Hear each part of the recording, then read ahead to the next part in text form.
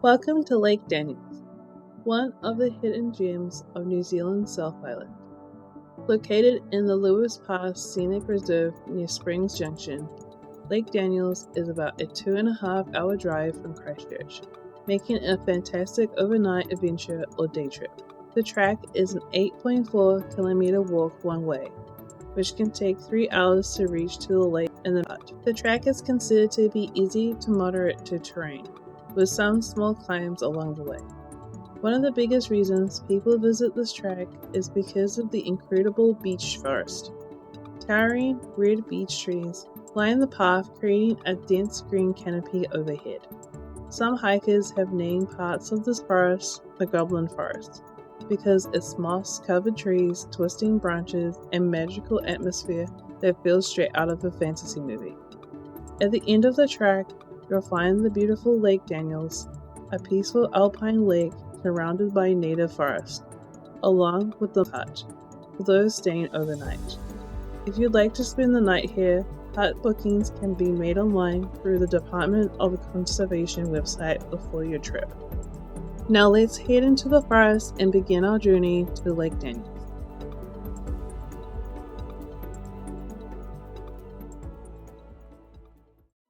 We enter Marble Hill campsite and drive down to the car park at the end, where we see the sign marking the start of the track. We get our packs on and get ready to embark on our 3-hour hike to Lake Daniell. Once you step into the track, you are transported into an ethereal forest, where it feels otherworldly. Most of the trees on this track are beech trees that are native to Aotearoa, New Zealand. The main species we have encountered on this track is red beech, along with mountain beech and silver beech. The trail is considered easy to moderate, with some small climbs along the way. As you get further in the track, it follows the river and you can hear the water through the path. Please be aware, as of June 2026, there is significant maintenance on Lake Daniell's track. The track is very muddy and slippery. Culverts are exposed for work. Large pipes built beneath parts of the track for water to flow past safely from one side of the track to the other without causing flooding or structural damage to the environment. I wore some trainers that I didn't mind if they got dirty. They were fine for most of the track, but my shoes were completely covered in mud by the time I got to the end. I can't find anywhere that gives a time frame of its completion. If you are traveling there even months later, please take care.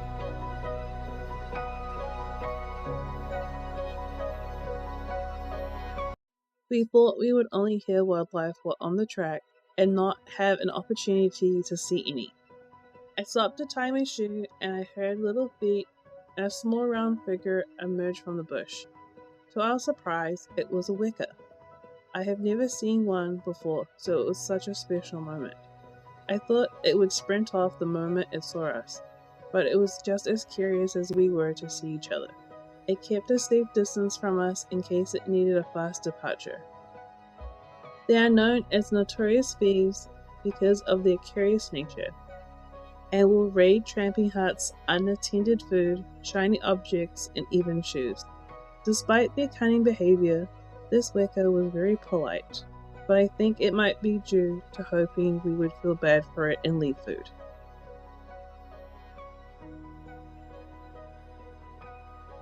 Most common birds we came across were robins. We saw at least 3 to 5 robins round trip. They may be small, but they are not shy at all. Like fantails, robins will follow hikers through the bush tracks, hoping to catch insects unearthed by your footsteps. One robin was so close to my shoe that it tried to steal my shoelace. To be fair, my shoes are black, and my shoelace may look like a tasty bug. It is important to note, please do not feed the wildlife on any track, even if they ask persistently. It is important for wildlife to hunt and eat for their own food.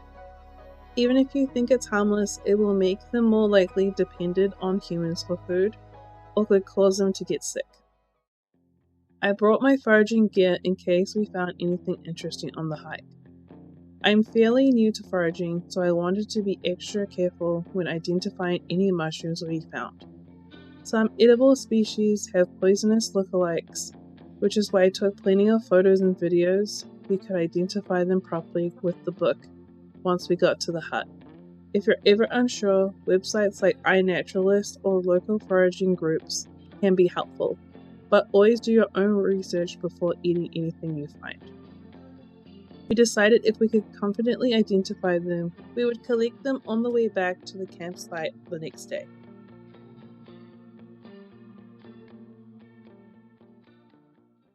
Before we knew it, the afternoon had flown by, and we were getting close to our destination. We made it to the hut just before dusk. Once I saw the hut's silhouette through the trees, I was so excited about seeing the lake with my own eyes, because I had seen videos and photos of it previously.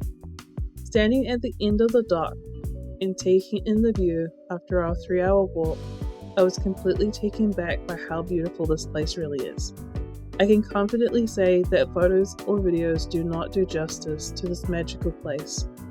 The lake was so still and quiet that all you could hear were birds singing in the surrounding forest. You could see eels swimming in the shallow parts of the lake. We enter through the locker room where you can leave your dirty shoes and dirty gear. The hut can sleep up to 20 people. Each bed has foam mattresses. There are 2 bathrooms, but no shower. We started the fireplace in the hut and saw a sign that said to use the firewood sparingly because a helicopter delivers the firewood here. So we got the fire going to take out the cold in the cabin. For dinner, I made a bean dip with bread.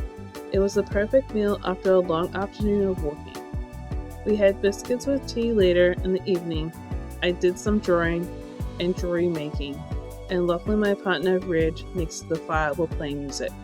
We had the whole place to ourselves. It was a lovely evening sitting by the fire. See you in the morning. Good night. Good morning, Lake Daniell. My sleep was okay. I woke up a few times because I was either too hot or cold. I thought I would show you our sleeping setup now that we have light in the rooms. We decided to use 2 foam mattresses on top of each other for added padding. I used my puffer jacket with my fleece jacket around it as a pillow. We got up mid-morning and the first thing I needed was coffee. We brought 2 1.5 liters of water, which lasted us the round trip, but we did use the water in the hut as well. Make sure you boil it properly before drinking, as it's not drinkable straight from the tap. I can't think of a better place to have a cup of coffee than this view right here. It's such a gorgeous view, absolutely breathtaking. Sometimes a view like this makes me realize how beautiful our country is. Living in the hustle and bustle of the city life can make you forget that there are beautiful gems like this place to discover and enjoy. That's why I love hiking. You can discover places that take you into another world and help me to reconnect with nature and myself. Life problems really do become small when you look at a view like this. It really puts things into perspective. We make lunch and enjoy the beauty before we have to pack up and leave this beautiful oasis.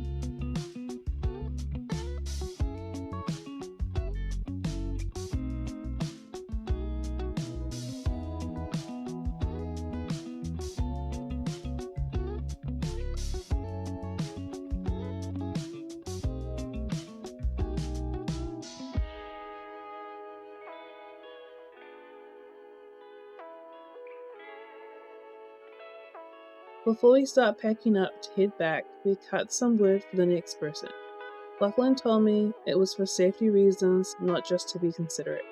If the next group is stuck in bad weather on the track or in an emergency, they have firewood to get warm when they arrive to the hut. Time to get changed and pack everything up to get ready to go.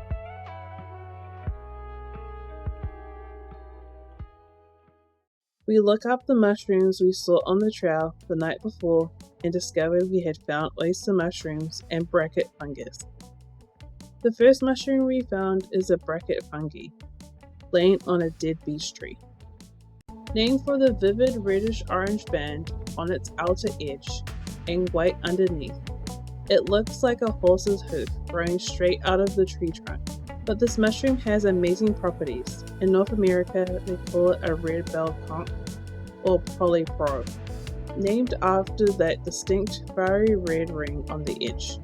But if you're hiking down here in New Zealand, we call them bracket fungi. The best time to forage them is late summer through autumn. We collected ours in June winter, so it will look a little darker. We check for mold because even though it's a fungi, we need to make sure it's safe. They grow like shells on standing native beech trees, dead logs, or pine stumps in damp, shady woods like this. I use my knife to slice it right off the bark. Don't try to eat this mushroom as it's not edible, as it's tough as wood. Instead, you boil the mushroom slices for an hour to make an intense medicinal tea. This mushroom tea is packed with anti-inflammatory, immune-boosting properties. You can use the inside of the mushroom to start fires.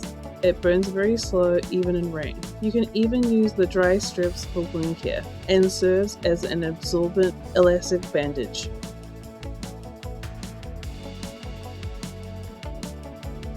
Next, we collected oyster mushrooms. Named for their oyster-shaped shell, these mushrooms grow in clusters and can range from cream to light brown.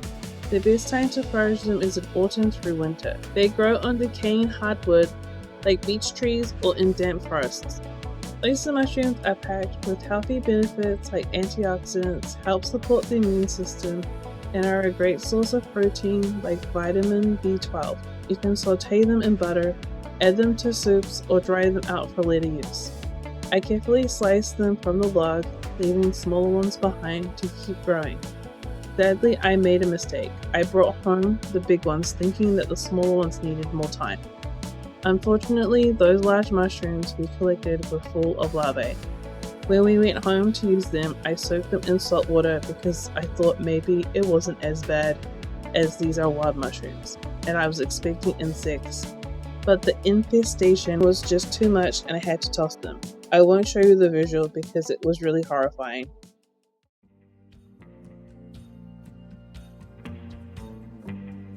As much as I was looking forward to a hot shower and sleeping in my own bed, a part of me wasn't ready to leave. There is something really magical about this place. Walking through the forest and spending a night in a hut, it felt like we had stepped into a completely different world for a couple of days. This trip, although short, was such a great way to get me out of my routine and connect me with nature and myself. Sometimes I forget what I'm capable of until I have experiences like this that remind me. We saw a glimpse of the car through the trees across the river and knew it wasn't long until civilization. After this walk, I really needed a hot shower, a soak in a spa pool at the local pools for my aching muscles, and a really hot, hearty meal in my own bed. Thank you for joining us on our adventure to Lake Daniell. I hope you enjoyed coming along with us. Until next time, take care, and I will see you in our next adventure. Bye!